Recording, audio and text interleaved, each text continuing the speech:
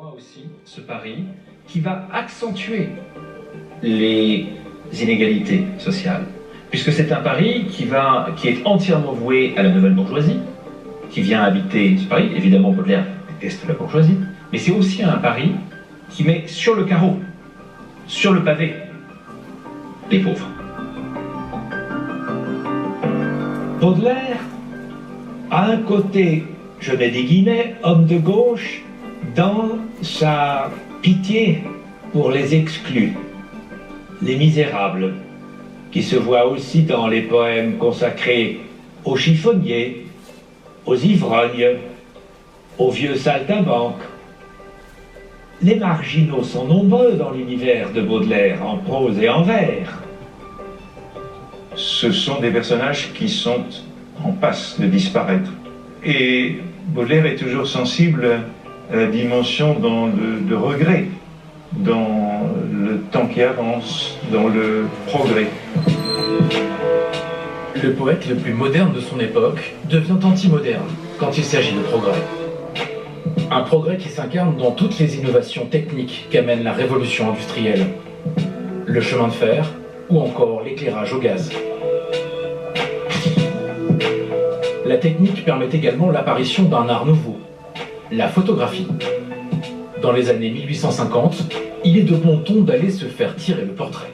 Baudelaire le dit souvent, il déteste les changements du monde.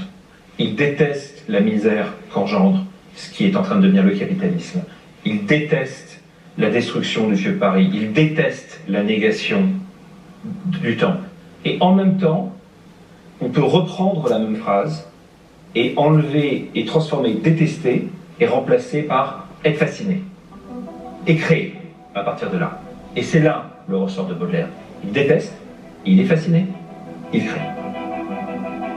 Difficile donc de savoir ce que Baudelaire pense de son époque et du monde dans lequel il vit. Baudelaire était-il réactionnaire ou simplement visionnaire? Est-ce qu'il était visionnaire? Oui. Il était visionnaire dans la mesure où il a prévu une civilisation qui était purement matérielle. Il sent que la ville bascule, voilà, dans cette ère pressée, hystérique, précipitée.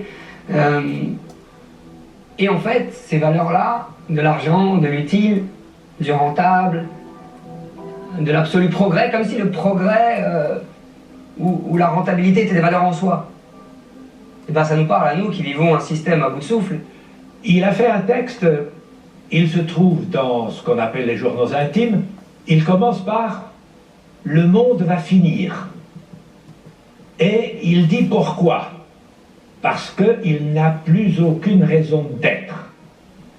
Car le monde a abjuré tout amour de la poésie, de l'art, de la spiritualité. Nous allons nous américaniser.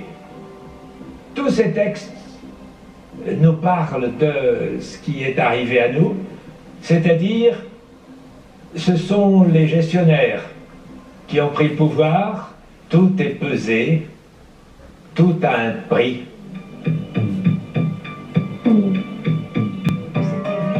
Par les plafonds qui à l'époque étaient très sombres. Il la compara aussi à un catafalque, hein, qui est cette estrade sur laquelle on plaçait les cercueils. Et puis là, il se sent, il est pris d'un vertige et il s'effondre sur le sol.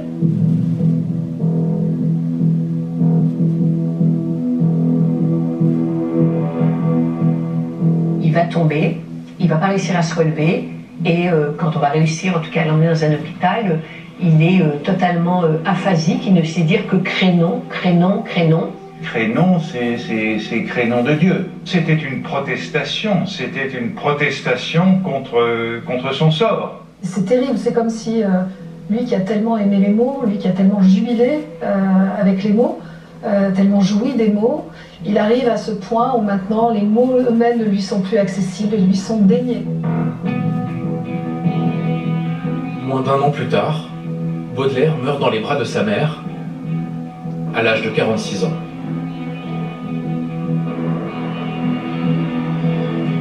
Au moment pile où le corbillard a franchi les grilles du cimetière Montparnasse, tout d'un coup, le ciel s'est déchiré. Et ça a été un orage phénoménal. C'était une explosion de pluie, de vent, toutes les feuilles. Baudelaire n'aurait pas rêvé mieux pour son entrée dans la mort. Et c'est-à-dire que même son enterrement, ça a été archi rock'n'roll.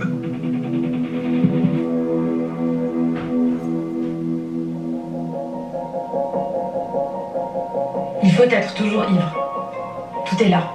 C'est l'unique C'est question. l'unique question.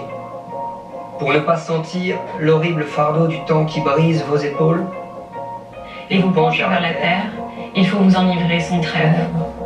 Mais de quoi? De vin, de poésie ou de vertu, À votre guise. Mais enivrez-vous. Mais enivrez-vous.